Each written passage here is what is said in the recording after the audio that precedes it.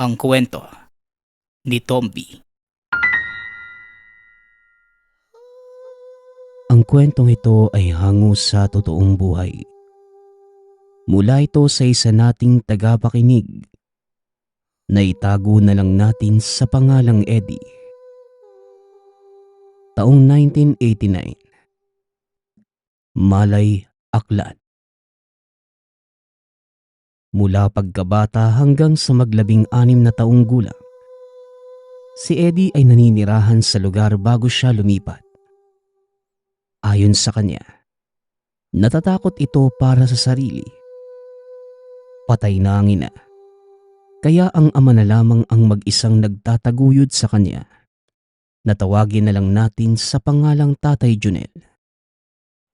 Dahil sa pagsusumikap, nagagawa naman ng ama na pag-aralin ang anak. Nabubuhay sila sa pagpapasuhol at iba't ibang trabaho sa sakahan. Marami nang naging amo at dahil mabuti naman ang ama, madalas ito na ang kinukuha. Tulad ng pag-aararo, paglilinis ng taniman at kung minsan, nagsisibak ng kahoy para gawing uling. Laganap ang aswang noon, kaya hindi naman nagtataka ang bata kung bakit palagi siyang pinapaalalahanan ng tatay. Sinasabihan siya nitong huwag makikisalamuha sa mga hindi kakilala. Nasa 10 taong gulang pa lamang noon si Eddie. Kung minsan ay naisasama siya ni Tatay Junel sa pag-uuma at may kung anong sinasabi sa kanya. May tinuturong tao. Huwag niya itong kakausapin at kahit titigan sa mata. Bakit naman, tay? Kaklase ko po yung anak niyan eh. Tsaka mabait po sila. Tanong ni Eddie. Alam mo anak, hinala ko, aswang ang tatay ng kaklase mo. Hindi naman sa nambibintang no? Ang akin lang, napapadalas na yung insidente sa kanila. Tapos nakita ko yung tatay niya. Ang sama ng titig sa'yo. Basta, huwag mo na lang sabihin sa kanya na pinapaiwas kita ha. Tugon ni Tatay Junel. Minsan nasasabi sa sarili ni Eddie na may pagka-weirdo ang tatay. Bukod sa pinapaiwas siya nito kung kani-kanino, kapag umuwi sila at may makakasalubong, hinihila siya ni Tatay Junel at nag-iiba ng daan. Tuwing gabi, sinasabihan pa nito si Eddie na wag lalabas at kailangan palaging sarado ang pinto at bintana. Hindi niya alam kung bakit pero ayon sa ama, laganap ang mga aswang. Ngunit hindi naman ganun kastrikto ang mga kapitbahay. Sa katunayan, nasa labas pa ang mga ito kahit malalim ang gabi. Pero hindi naman suwail na anak si Eddie. Kaya sinusunod niya lamang ang mga payo ng ama. Habang tumatagal, mas lalong lumalala ang paghihigpit ng ama. Nagpasya din itong lilipat na ng tahanan. Babalik sa kapis doon sa lolo at lola. Akala ni Eddie ay matutuloy. Kaso hindi. Dahil naging sobrang abala ng ama sa trabaho. Hanggang sa isang araw, nang mga sandaling yon hapon na at napapansin niya na tila panay ng lingon ng ama sa paligid. Yung bang nag-iingat sa kinikilos at baka may ibang makakita. Nasa kusina si Eddie. Nakasilip sa kanto ng abuhan at hindi nilulubayan ang tingin ng ama.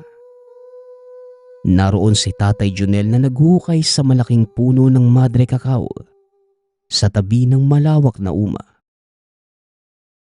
Hanggang sa may dinukot ito sa lupa. Sa paglalarawan ni Eddie, tela na may nakabalot na kung anong bagay. Kasabay nun, nakaamoy si Eddie ng sobrang paho. Naiisip ng bata na baka galing ito sa nahukay ng ama. Ngunit nang mapansing paparating na si Tatay Junel, mabilis na nagkunwari ang bata na nagsisiga sa abuhan. Tahimik lamang ang ama. Pumasok sa loob at dala nito ang bahong naaamoy kanina. Sumaglit pa ito ng tingin kay Eddie. Tapos sinara ang pinto at sinabihan siyang huwag gumala. Sumang-ayon na lamang ang bata. Pero nagtataka ito kung ano ba yung dala at nahukay ng ama. Sinilip niya ang siwa. Pero napakadilim sa loob. Selyado ang kwarto at walang nakakapasok na liwanag. Hanggang sa nagbukas na lamang ang pinto.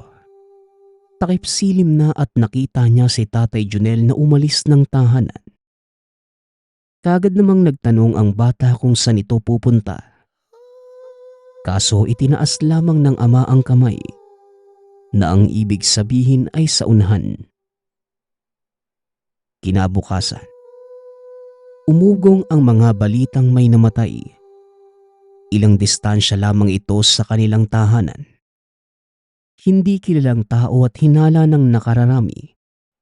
Nasagasaan. Dahil nasa gilid lang ito ng kalsada. Pero ang nakapagtataka, kung nasagasaan lang, bakit hindi na ito makilala? Nagkalat ang dugo sa paligid. Nagkalat din ang lamang loob.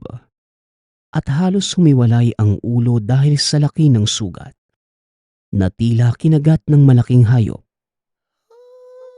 Magpaganon pa man, may kumuha namang kamag-anak pero tila wala lang. Iimbestigahan sana ng otoridad. Kaso wala namang pake ang kaanak ng biktima. Tahimik lamang nitong niligpit ang labi. Sabay alis sa lugar. Inaasahan na ni Eddie na may sasabihin na naman ng tatay dahil sa nangyari. Tama nga ang binata. Sunod-sunod na naman ang mga paalala. Galit pa ito at nagtanong kung bakit hindi dumiretso sa bahay ang bata. Sa halip ay nanood pa doon sa patay. Pero naaamoy ng bata. Napakabaho ng ama. Napatakip siya ng ilong habang nagsasalita ito. Napansin naman ng ama ang reaksyon ni Eddie. Kaya naligo ito sa likod. Ganun na lamang ang pagkawindang ng bata nang makitang may mga sugat sa katawan ng ama. Mukhang mga kalmot ng hayop na mas malaki pa sa aso.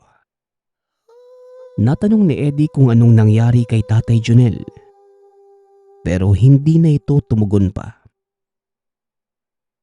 Kinagabihan, hindi makatulog si Eddie sa mga nakita sa ama. Iniisip ng bata na baka inaswang ang tatay. Kaya nagkaroon ito ng malalaking kalmot. Sinilip pa ni Eddie ang ama.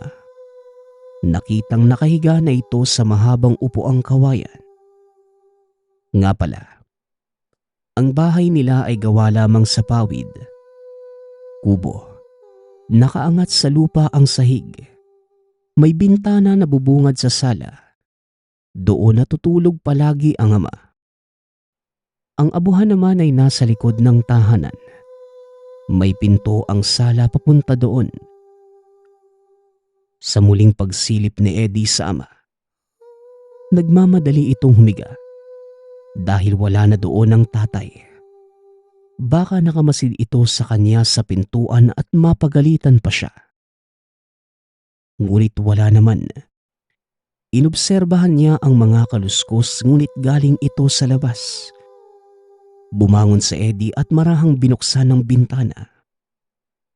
Hanggang sa nanlaki ang mga mata. Sapagkat nakita niya ang ama sa kanto ng bahay. Nakaangat ang balikat habang nakatingala. Nagtataka si Eddie kung ano ba ang ginagawa nito. Ngunit maya-maya lang, bigla itong mabilis na tumakbo papunta sa kakahuyan. Sa sobrang bilis, halos hindi niya masundan ng tingin. Wala din itong narinig na kaluskos mula sa kakahuyan na tila nakalutang ang mga paa ng ama. Ilang segundo ding nakatingin si Eddie sa kakahuyan. Sinuri kung saan papunta ang ama. Ngunit bigla na lamang may lumitaw na mukha sa harapan at sinabi, "Anong ginagawa mo at bakit hindi ka pa natutulog? May pasok ka pa bukas ha?" Wika ni Tatay Junel. Halos himatayin si Eddie sa sobrang gulat. Napakalapit ng mukha ng ama. Hindi niya namamalayang nasa gilid lamang ito ng bintana. Ah, eh, hindi kasi tay, hindi po kasi ako inaantok eh. Tugon ni Eddie. "Nakita mo no?" Ang alin po tay? Nakakagulat naman po kayo. Teka, alin po ba yung nakita ko? Wala. Huwag mo na lang isipin. Sige na, isara mong maigi ang bintana ha. Ano bang palagi kong sinasabi? Hindi ka naman nakikinig sa mga paalala ko eh. Pag-uusap ng magama. Hindi na nakapagsalita pa si Eddie. Tumango na lamang at ramdamang panginginig ng tuhod habang marahang napapasandal sa dingding. Sinara ng bata ang bintana. Bumalik sa pagkahiga. Pero hindi mawala sa isipan ang nakita sa ama. Merong kakaiba kay Tatay Junel. Napaka-imposible nang nangyari.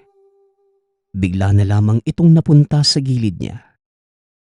Dahil sa sobrang pagkagulat, hindi kinaya ng katawan ni Eddie at nilagnat ito kinabukasan. Hindi nakapasok ng paaralan si Eddie. Nag-aalala naman ang ama dahil baka nabati ang anak. Namangha si Eddie. Nilagnat nga siya pero si Tatay Junel lamang ang gumamot. Ayon sa kanya, may pinahid lang itong langis. Sinabing tiisin lamang ang baho. Kagad namang gumaan ang pakiramdam ng bata. Nang mga sandaling yun, tila hindi na nakatiis ang ama. Sinabi na sa kanya ang buong katotohanan. Kinilabutan si Eddie. Paano ba naman? Huwag ka sanang mabibigla sa mga sasabihin ko, anak ha. Aswang ako. Aswang ang lahi na pinagmula natin, anak. Wika ni Tatay Junel. Wag po kayo magbiro ng ganyan tay. Tugon ni Eddie. Aswang ako at yung nakita mo kagabi. Katangian yun ng isang aswang. Alam kong nakita mo at maliban pa dyan, alam kong nakakaramdam ka ng kakaiba sa akin. Pag-uusap ng magama. Sa pagpapatuloy ni Tatay Junel, ito ang isa sa mga dahilang kaya palagi siyang pinapalalahanan. Hindi aswang ang tatay ng kaklase niya, kundi isang bihasa na alam ang pagkataong tinatago nilang magama. Pero hindi naman nakikialam. Pinapaiwas lamang si Eddie para maging kampante si Tatay Junel. Hindi sila mapaminsalang aswang. Kumakain man ng karne. Ngunit piling araw lang at hindi tao ang binibiktima. Kung hindi hayop sa malalayong lugar. Isa pang dahilan kung bakit. Dahil sa umiigting na paglaganap ng mga aswang. At baka madamay sila sa mga ito. Ang tatay niya ang pumatay doon sa taong natagpuan sa gilid ng kalsada. Dahil isa itong aswang na nagbabalak biktimahin ng may sakit na matanda. Ilang araw na niya itong minamatiyagan. Sa katunayan, sinita niya pa isang gabi. Ngunit nagalit pa ito at pinagbantaan ng pamilya. Kaya naman pinatay na lamang ng ama. Hindi nakapagsalita si Eddie. Hindi sukat akalain na ang pagiging kakaiba pala ng ama ay dahil isa itong aswang. Natakot yung bata. Nagtanong kung anong mangyayari sa kanya. Tumawa naman ang tatay at sinabing, walang dapat ipag-alala. Kahit aswang, basta kayang kontrolin ang sarili, maliban na lamang sa ibang nahayok na sa laman, hindi natitiis ang gutom kaya nang bibiktima na lamang ng tao. Lalo na yung aswang na wala na sa tamang pag-iisip. Napakadelikado kagaya ng pinatay ng ama, kamakailan lang. Dagdag pa nito, kaya namang makisalamuha ng mga aswang sa tao. Ang mahirap, kapag may bihasa na siyang kikilatis sa pagkatao ng aswang. Tsaka, ano bang pinag-aalala mo? Pwede mo namang hindi kunin ang pagiging aswang ko. Depende pa rin yun sa'yo pagdating ng panahon. Bumangon ka na dyan at baka lumamig na itong lugaw. Wika ni Tatay Junel. Ano po tay? Depende. Diba, ang sabi nyo aswang ang lahi natin? Paanong depende? May mapagpipilian po ba? Tanong ng bata. Balang araw na lang anak. Tsaka ko nasasabihin sa'yo kung kailan. Ang importante sa ngayon, alam mo na kung sino ako. Pero anak ha, wag na wag mong isisiwalat kahit kanino. Baliwanag ba? Para din yan sa ikabubuti natin. Paalala ng ama. Napatango na lamang si Eddie. Pero halata sa mukha ang halong emosyon. Yun bang kinikilabutan at nag-aalala? Ng mga sumunod na araw, linggo, buwan hanggang sa naging taon, bukas na ang ama sa mga bagay na dapat malaman pa ni Eddie. Yung langis. Isa itong uri ng gamot pero hinaluan ng iba't ibang langis ng hayop at orasyon. Sa pamamagitan nito, madaling gumaling ang sugat ng aswang.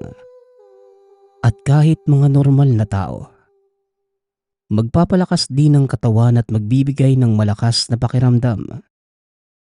Kaso nga lang, hindi talaga maitatago ang sarili dahil sa amoy pa lamang. Kagad mong malalaman na nanggagaling ito sa aswang. Langis din po pa yung ginagamit nyo sa pagiging aswang tay? Tanong ni Eddie. Hindi anak, at hindi mo pa naman yang kailangang malaman. Kung sakali namang ipaliwanag ko sa'yo, baka magbago ang pananaw mo.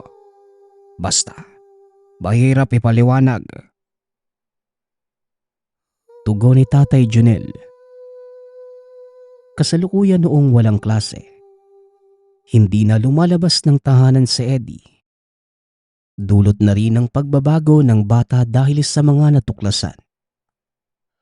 Natakot na siya sa mga tao. Palaging nasa loob ng tahanan at kung lalabas man, palaging kasama si Tatay Junel. Talagang napakalaki ng pinagbago ni Eddie. Yung pagiging masiyahin, makulit at mapaglaro sa eskwelahan, naging misteryoso. Yun bang iwas na iwas sa kapwa estudyante, hindi na halos nagsasalita. Kung may lalapit na tao, napapayuko na lamang ang bata at dire-diretso lamang ng lakad. Maraming nagtataka na mga kalaro. Ibang-iba na si Eddie, pero hindi niya ito pinagpapansin. Isang gabi, naging balisa si Tatay Junel. Hindi mapakali at naroon sa likuran, nagpapabalik-balik ng lakad. Tapos panay bigkas na may hinang mabigat na salita. Kaya tinanong na ni Eddie kung anong problema. Ang sabi ng ama, may gumagala muling aswang sa lugar. Hindi lang isa, kung hindi dalawa. Minamarkahan na ang mga bakas niyang naiwan. Isa itong babala. Ibig sabihin, maaaring kapamilya ito ng napatay na aswang at binabalikan ng ama. Ano pong gagawin nyo? Tanong ni Eddie. Walang mapagpipilian anak. Kung aalis tayo, masusundan din naman tayo ng mga aswang. Ay nako, ngayon anak, ayos lang ba na hindi ka na muna pumasok sa eskwela? Kahit ilang araw lang. Magdailan na lang tayo. Delikado at baka ikaw ang pagdiskitahan. Kaya dito ka na lang muna sa bahay. Tugon ni Tatay Junel. Napaiyak noon si Eddie. Pero wala siyang pagpipilian dahil para din ito sa kanyang kaligtasan. Nagpaalam si Tatay Junel na aalis sandali. Magmamatsyag ito sa lugar. Huwag lalabas ng bahay si Eddie at kung meron mang mangyari, magtarak ng itak sa lupa at kalembangin ang takip ng kaldero. Magdadalawang isip ng lumapit ang kung sino mang aswang. Matapos yon, umalis na si Tatay Junel at sinunod kagad ni Eddie ang sinabi nito. Dalawa ang itak. Kinuha niya ang isa at tinarak sa lupa. Parang baliw si Eddie dahil matapos yon, takip naman ng kaldero ang hawak niya. Matagal itong nag-antay. Inabot na lamang na madaling araw ngunit hindi pa rin bumabalik ang ama. Napilitan si Eddie na lumabas ng tahanan. Nag-aalala siya sa kalagayan ng ama. Naglakad ito sa madilim na daanan. Doon ito sa likod ng bahay. Papunta ng sakahan. Dalang itak. Kinikiskis niya ito sa taluban. Nabanggit ni Tatay Junel isa ito sa kinaayawan ng aswang. Dahil pakiramdam nila ay tila isang hamon. Ilang sandali pa, nag-alugan ang mga puno ilang distansya mula sa kanya. Bigla na lamang may lumundag sa harapan. Isang nakakatakot na nilalang.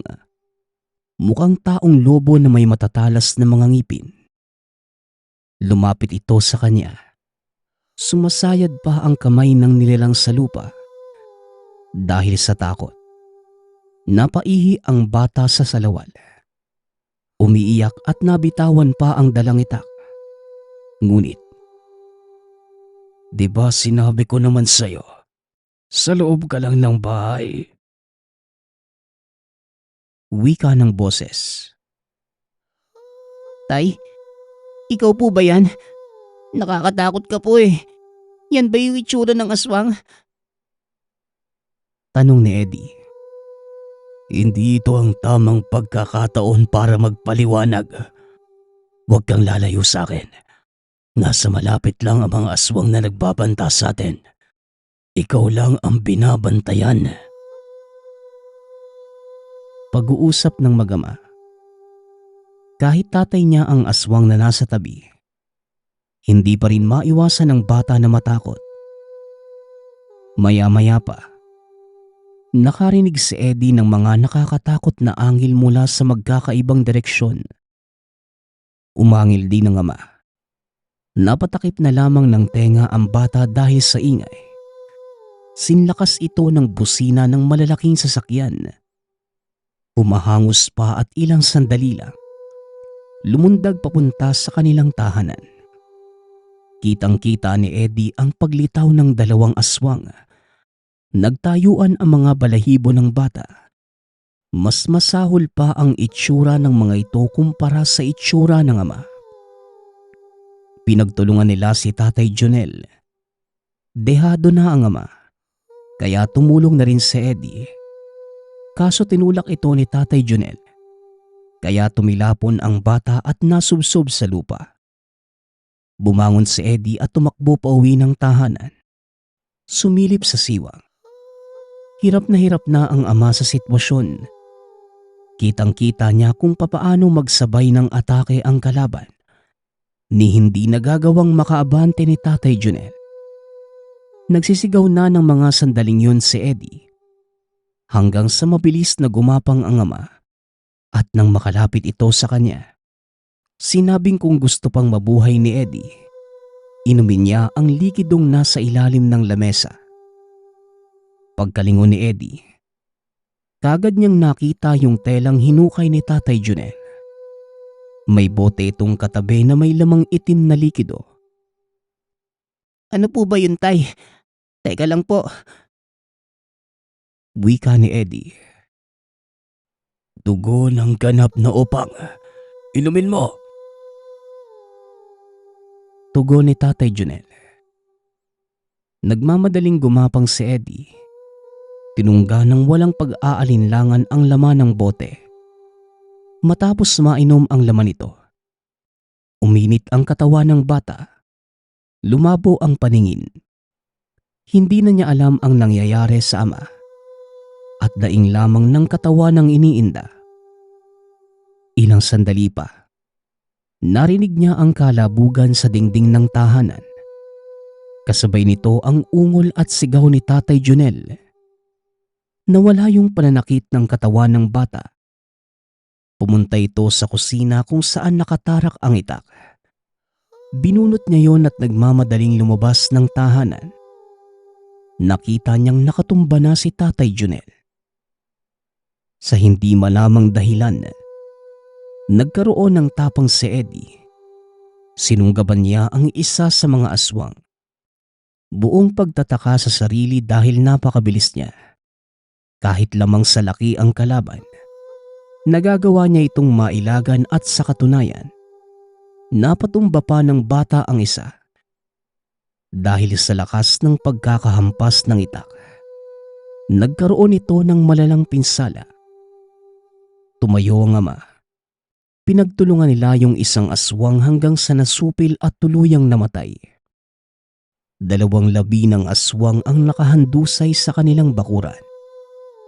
Sinabi naman ng ama na kahit walang itak ay makakayang labanan ni Eddie ang aswang. Hindi lamang namamalayan ng bata, iba na ang kanyang anyo. Buong pagtataka noon ni Eddie sa sinabi ng ama. Hanggang sa tinignan niya ang kamay at katawan. Mabalahibo at nakausli pa ang muka. Ang iba, bato ang pinapasa. Pero sa lahi natin, kailangan lang inumin ang dugo ng ganap na upang. Wika ni Tatay Junel.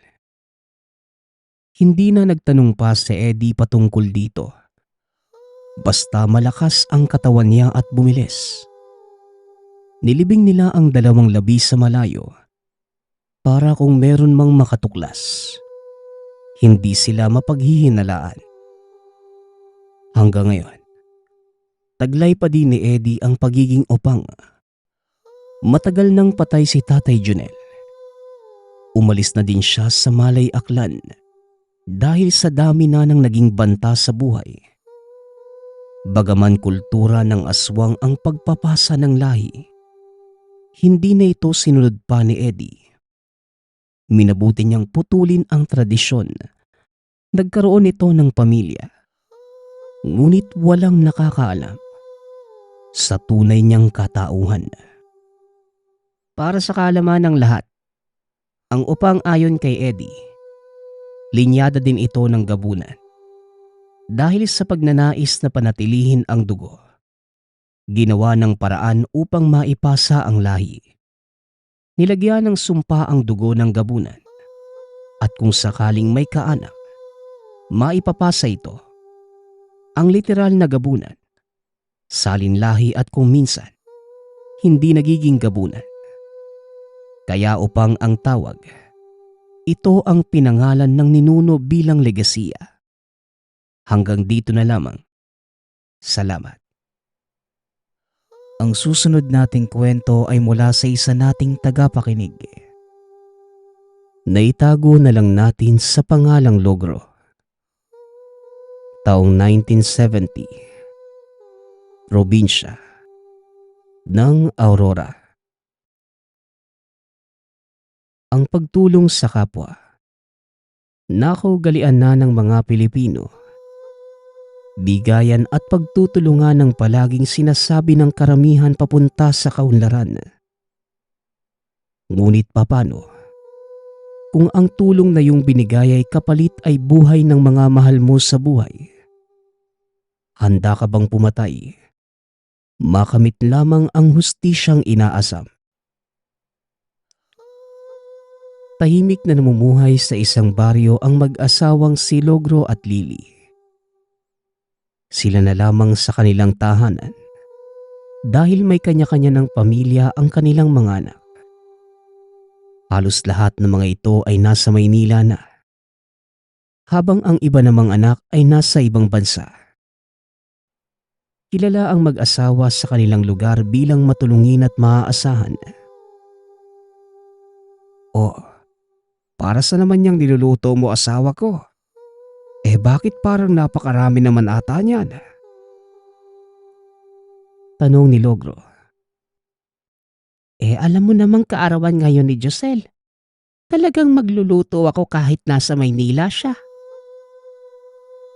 Tugon ni Lily. Pero ang dami naman masyado ng niluto mo, mahal. Hindi naman natin yan mauubos. Muling wika ni Logro. Binatukan naman ni Lily ang asawa at napailing na lamang. Ikaw lang ba ang kumakain? Aba, yung mga kapitbahay natin may sikmura din naman ng mga yan. Kaarawan ng anak natin.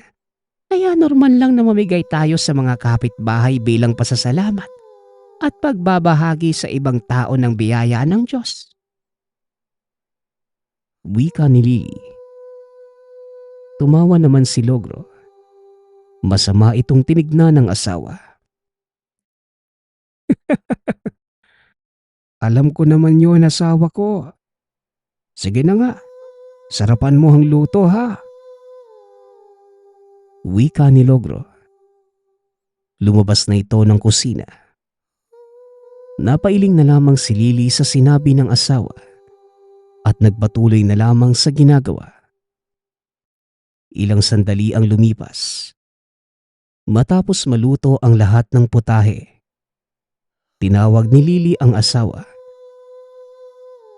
Hoy Logra, kunin mo nga yung mga lagayan para maihain ko na itong mga pagkain. Tapos tawagin mo na yung mga kabataan para makakain na sila. Magdala ka mo ng sariling pinggan at samahan na rin ka mo nila ng bilis. Wika ni Lily. Opo, senyora. Bibilisan na at susundin lahat ng utos mo. Nanginginig pa Tugon ni Logro. Kagad nitong kinuha ang mga lagayan saka iniabot sa asawa. Pagkatapos, lumabas ito at tinawag ang mga kapitbahay. Pinauna nito ang mga bata at pinapila sa labas ng tahanan. Tuwang-tuwa si Lily habang namimigay ng pagkain sa mga kapitbahay lalo na sa mga bata. Ilang oras ang lumipas. Matapos ang pamimigay ng mag-asawa, nagpahinga na ang mga ito. Nakakatuwa talaga yung mga kabataan, ano? Napakasarap sa pakiramdam na makita ang malalapad nilang ngiti. Naalala ko tuloy yung mga anak natin noon. Simpleng pansit at sopas, masaya na sila. Kamusta na kaya ang mga yon? Kailan kaya tayo nila dadalawin? Palagi na lang sulat ang natatanggap natin galing sa kanila. Kailan kaya sila pupunta dito? Wika ni Lily. Baka sa mga mata ang kalungkutan at pangungulila sa mga anak.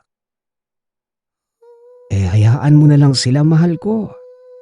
Tsaka may kanya-kanya namang pamilya ang mga anak natin Hindi mo sila masisisi kung hindi sila makakadalaw.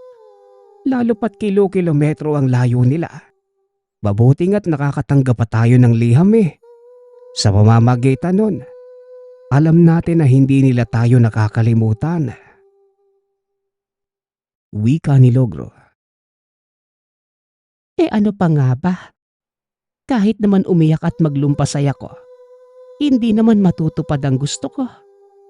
Siguro makukumpleto lang tayo kapag isa na sa atin ang pumanaw, ano? Tugon ni Lily. Naging seryoso ang mukha ni Logro. Hindi nito nagustuhan ang sinabi ng asawa.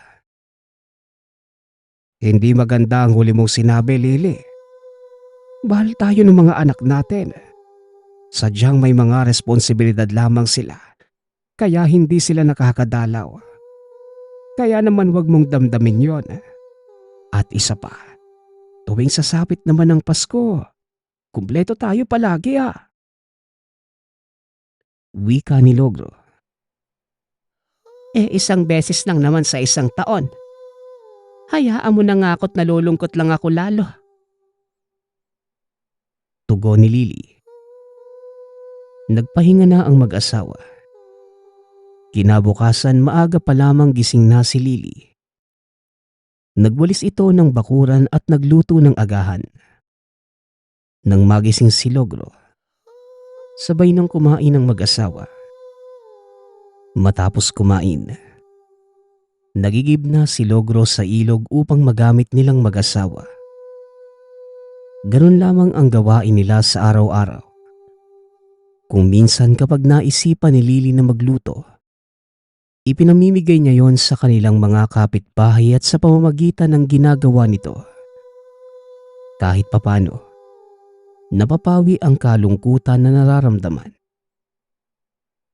Sa pagdaan ng mga araw, itinuon na lamang ni Lily at Logro ang isipan sa ibang bagay. Nagsimula ang mga ito ng taniman at ang tanim na gulay. Ipinapamahagi nila sa mga nangangailangan.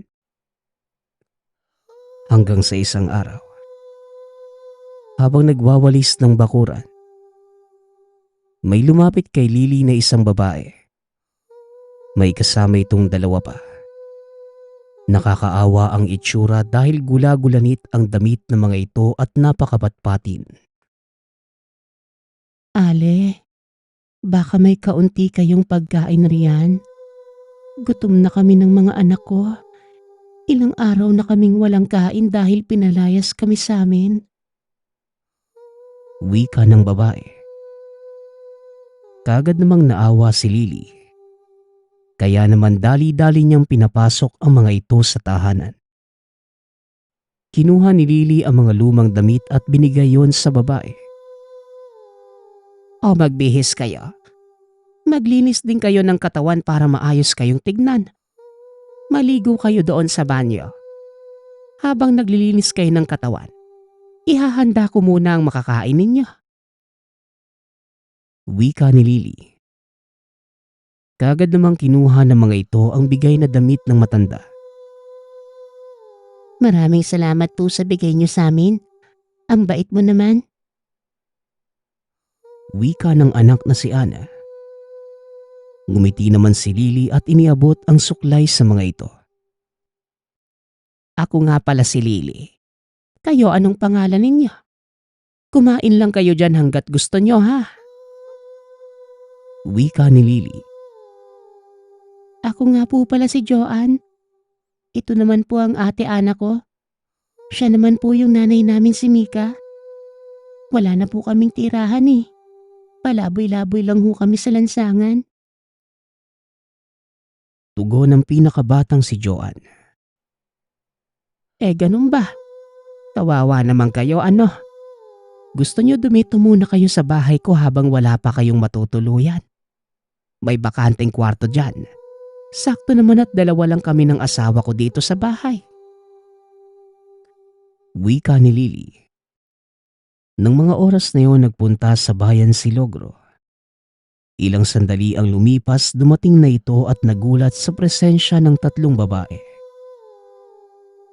O sino sila? Mga bisita mo ano?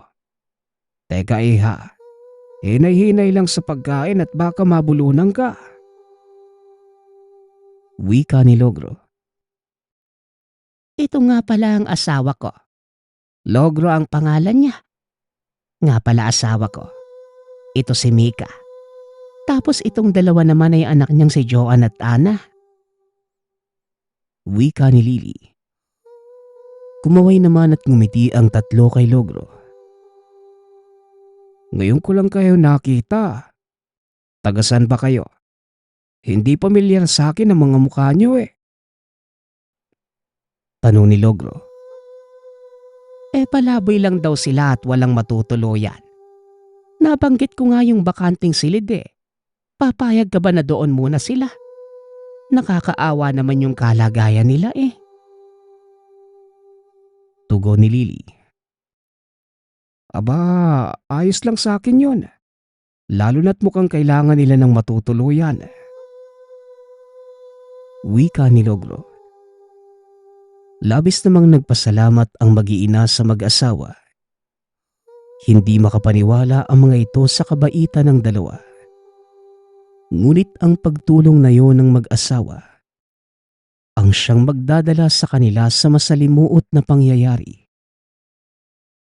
Nang araw na yon, tumuloy na sa tahanan ng mag-asawa ang mag-ina.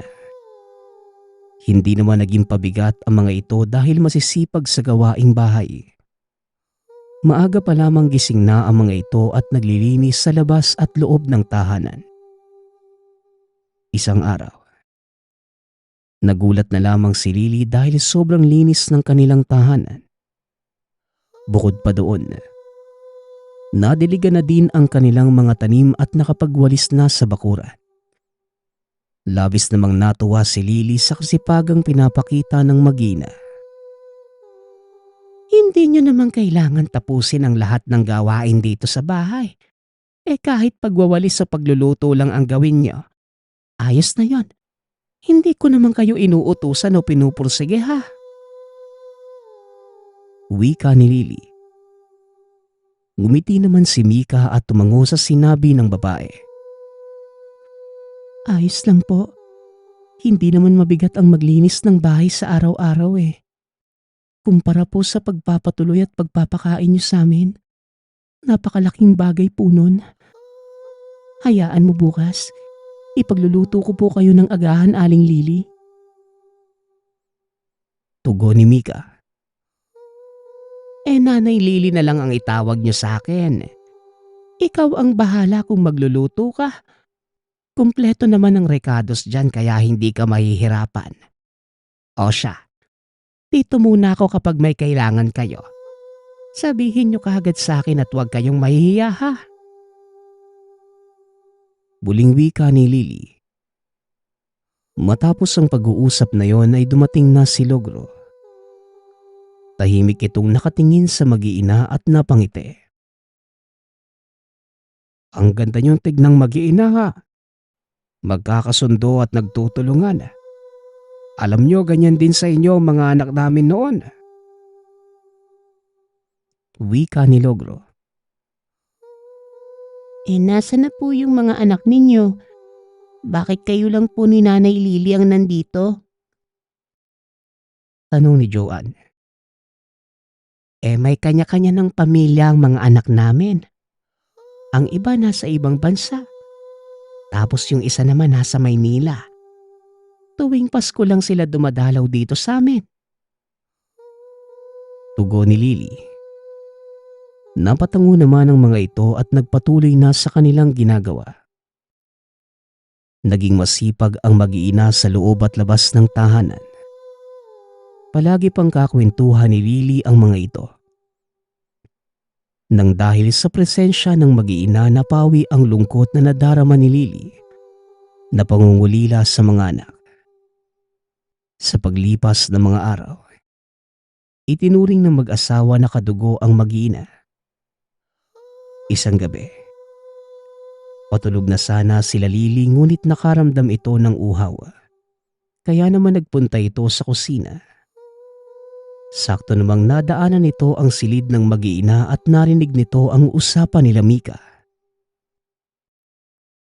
Nay, kaarawan ko na po bukas. Labas naman po tayo nila Joanne para naman kahit papano maipagdiwang ko ang kaarawan ko sa pamamagitan lang ng pamamasyal. Wika ni Ana. O sige anak, lalabas tayo bukas ha. Magpapaalam lang ako kay Nanay Lily at Tatay Logro. Pero tapusin natin ang gawaing bahay bago umalis ha. Tugon ni Mika. Tumango naman ang dalawa. Sa punto yon, naisipan ni Lily na sorpresahin ng mag-ina. Kinabukasan, kagaya ng inaasahan, nagpaalam si Mika kay Lily Pinayagan naman ito ng matanda upang maisagawa nilang mag-asawa ang sorpresa sa mag-iina. Hapon na nang makabalik ang mga ito. Laking gulat ni Ana sa sorpresa nila Logro. Narinig ni Lily ang usapan niyo kagabi. Kaya naman napagpasyahan namin na handaan ka Ana at sorpresahin. Wika ni Logro. Napangiti si Ana at hindi makapaniwala sa nangyayari. Maraming salamat po sa lahat ng ito. Hindi ko po akalain na handaan niyo po ako. Wika ni Ana. Napangiti na lamang ang mag-asawa dahil kita nila ang tuwang nararamdaman ng dalaga. Nagsalo-salo ang mga ito at namigay ng pagkain sa mga kapitbahay. Naging maayos ang samahan ng mga ito. At upang makabawi sa kabaitan ni Lily, nang magkasakit ang matanda, inalagaan siya ng mag-iina. Nanay, ako ang magluto nito. Kumain ka po muna. Sabi ni Tatay Logro, ayaw mo daw pong kumain. Wika ni Joan. Oh, sige Joan. Ilapag mo lang riyan at kakainin ko yan. Medyo nahihilol pa kasi ako. Tugon ni Lily. Susubuan na lang po kita, nanay. Umupo ka muna, nay, para makakain ka ng maayos. Buling wika ni Joan. Natahimik naman si Lily. Umupo ito at sinubuan siya ni Joan. Ngunit naduran niya ito. Ang lansa naman. Ano ba yan, Joan? Kahit may sakit ako, lasang-lasa ko ang lansa. Ilayo mo nga sa akin yan. Salamat na lang sa susunod, wag ka na magluluto. Wika ni Joan. Bahagyang naluha si Joan na tumalis na ito kagad dahil napahiya sa ginawa ni Lily. Simula ng araw na yon, nagbago na ang pakikitungo ng mag-iina sa mag-asawa. Nagtaka naman si Lily maging si Logro sa biglaang pagbabago ng mga ito. Napansin ko mahal na parang ang lamig ng pakikitungo sa atin nila Meka ha. May nagawa ba tayong mali sa kanila? Tanong ni Logro. Hindi ko nga din alam, mahal. Kung ganyan sila at may galit o tampo ba sa atin, bakit hindi nila tayo kausapin? Tugon ni Lily. Gayunpaman, hindi kinausap ng mga ito sila Lily. Hanggang sa isang araw nabasag ni Ana ang paso na regalo ng anak nila Logro. Ano ba naman yan? Hindi kayo nag-iingat. Alam nyo bang galing pa yung Germany?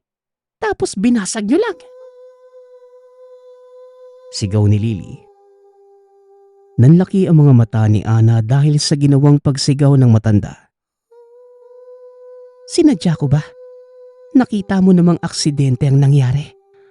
Hayaan mo't mababayaran ka rin namin sa utang na loob namin sa inyong mag-asawa. Tugon ni Ana. Halos atakihin sa puso si Lily sa pagsagot sa kanya ni Ana at Joan. Ilang sandali pa hinimatay na si Lily sa sobrang galit. Tignan nyo lang, kapag may nangyaring masama sa asawa ko, kayo lang ang sisisihin ko. Wika ni Logro. Kagad namang nagpatawag ng doktor ang matanda. Mabuti na lamang ay walang nangyari kay Lily. Kinabukasan nagulat ang mag-asawa nang makita na nag-iimpake na ang mag-iina. Nakaramdam ng lungkot si Lily. Naisip nitong sila ang may mali kaya mabilis na humingi ng pasensya ang mag-asawa. Alam kong minasama mo, Joan, ang nagawa ko noong may sakit ako. Ikaw din, Ana. Pasensya na kayo dahil hindi ko naman sinasadya ang mga sinabi ko. Huwag na kayong umalis. Parang anak na rin naman ang turing ko sa inyo. Wika ni Lily. Natahimik naman ang mag-iina. Ngunit sa huli tinanggap ng mga ito ang paghingi ng tawad ng mag-asawa. Gayunpaman, hindi na kagaya ng dati kung makitungo ang mga ito. Hanggang sa isang gabi, habang natutulog si Logro, bigla na lamang may bumulong sa kanya. Napatayo ang lalaki ngunit wala siyang nakita na kahit anino. Inakala noon ng matandang nananaginip lamang siya. Ngunit ilang sandali lamang ang lumipas. Naramdaman nito ang matulis na bagay na humiwa sa kanyang braso. Kinabukasan, nakita ni Lily ang mahabang sugat sa braso ng asawa na tila kalmot ng matulis na kuko. Kagabi, narinig ko na may bumulong sa tenga ko. Pero wala naman akong nakita na kahit anino. Tapos naramdaman ko na may humiwa sa braso ko at ito nga ang nangyari. Wika ni Logro. Sino namang gagawa niyan sa'yo, Logro? Wala naman tayong alagang pusa o kahit anong hayop. Tanong ni Lily. Kagad namang sumingit sa usapan si Mika. Baka naman po may mutulis na bagay sa silid nyo. Tapos hindi mo lang namalayang nasagi nyo. Ganyan din kasi ako Sabat ni Mika. Baka nga tama ka, Mika. Antok na kasi ako kagabi. Hindi ko na alam kung ano yung ginagawa ko. Tugon ni Logro. Baka naman panaginip mo lang yon. Tapos, naglakad ka ng tulog. May ganun po Wika naman ni Ana. Natahimik si Logro sa sinabi ng mga ito. Nagpatuloy na lamang sa pagkain. Simula ng araw na yon, palagi na lang nagigising sa 10 oras ng gabi si Logro. Kinabukasan ay meron na itong sugat sa iba't ibang parte ng katawan. Hanggang sa isang gabi, mahimbing nang natutulog si Lily, ganon din si Logro. Ilang sandali ang lumipas, bigla na lamang nagising ito nang maramdaman na tila may sumaksak sa braso. Napabangon ito at laking gulat nang makita ang asawa na may hawak na kutsilyo. Ngunit tulog ito. Kagad namang tumayo si Lily at ginising ang asawa. Kahit si Logro, hindi makapaniwala sa kanyang nagawa. Mas mabuting magpatingin ka na siguro sa doktor, Logro. Hindi ka namang ganyan noon at baka sa susunod mapatay mo na ako. Wika ni Lily. O sige, mahal ko. Pupunta ako bukas. Pasensya ka na talaga at hindi ko alam na magagawa ko yon. Ang alam ko lang mahimbing akong natutulog sa tabi mo. Tugon ni Logro. Napailing na lamang si Lily at kagaya ng sinabi nito. Nagpatingin si Logro sa doktor ngunit normal lamang ang lahat ng resulta. Labis na nagtaka ang mag-asawa kaya naman minabuti ni Logro na matulog na lamang muna sa sala. Natigil ang paglalakad ni Logro ng tulog. Kaya naman nakampante na ang mag-asawa. Hanggang sa isang araw, bigla na lamang dumating ang isang anak ni Logro. Nay, Tay, kamusta po kayo? Teka, sino po sila? Nangungupahan sila sa inyo? Tanong ni Giselle. Kasama nito ang mga anak kaya naman labis ang sayang naramdaman ng mag-asawa lalo na si Lily. Mabuti naman nakita kita, anak. Sila Mika, Ana at Joan yan. Kinupkup namin ng tatay mo dahil walang matutuluyan. Wika ni Lily. Napatango na lamang si Giselle sa sinabi ng ina. Lolo, marami po kaming pasalubong sa inyo ni Lolo. Tsaka ang sabi ni Mama, dito daw po muna kami titira dahil umalis ulit si Papa. Wika ni Gab, panganay na anak ni Giselle. Namiss po namin kayo, Lola. Ang tagal na rin po nung huli kaming nakapunta dito eh. Wika naman ni Nina, bunsong anak. Kagad namang binuhat ni Logro ang apo at hinalikan sa pisngi. Aba, ang bait talaga ng mga apo ko ha. Pasok muna kayo para makaupo. Mukhang napagod kayo sa biyahe. Wika ni Logro. Naupo ang mga ito at kagad na napansin ni Lily ang tiyan ng anak. Oh anak, ilang buwan na nga pala yung tiyan mo? Tanong ni Lily. 5 buwan pa lamang ho, pero malapit na din masilayan ma. Tugon ng anak. Nag-usap ang mga ito at pinaliwanag ni Giselle na magtatagal sila ng mga anak. Kinausap ng mag-asawa ang mag-iina na sa kubo na lamang tumuloy dahil gagamitin na ng kanilang anak ang silid. Hindi naman umalma ang mga ito. Ngunit dito na nagsimula ang kaguluhan sa tahanan nila Logro. Gabi-gabi, tila may naglalakad sa bubong ng tahanan. Hindi maipaliwanag nila Lily kung ano ang naririnig. Nung una akala ng mga ito ligaw lamang na pusa. Ngunit habang tumatagal, bumibigat ang yabag kaya naman sinigawan ito ni Logro.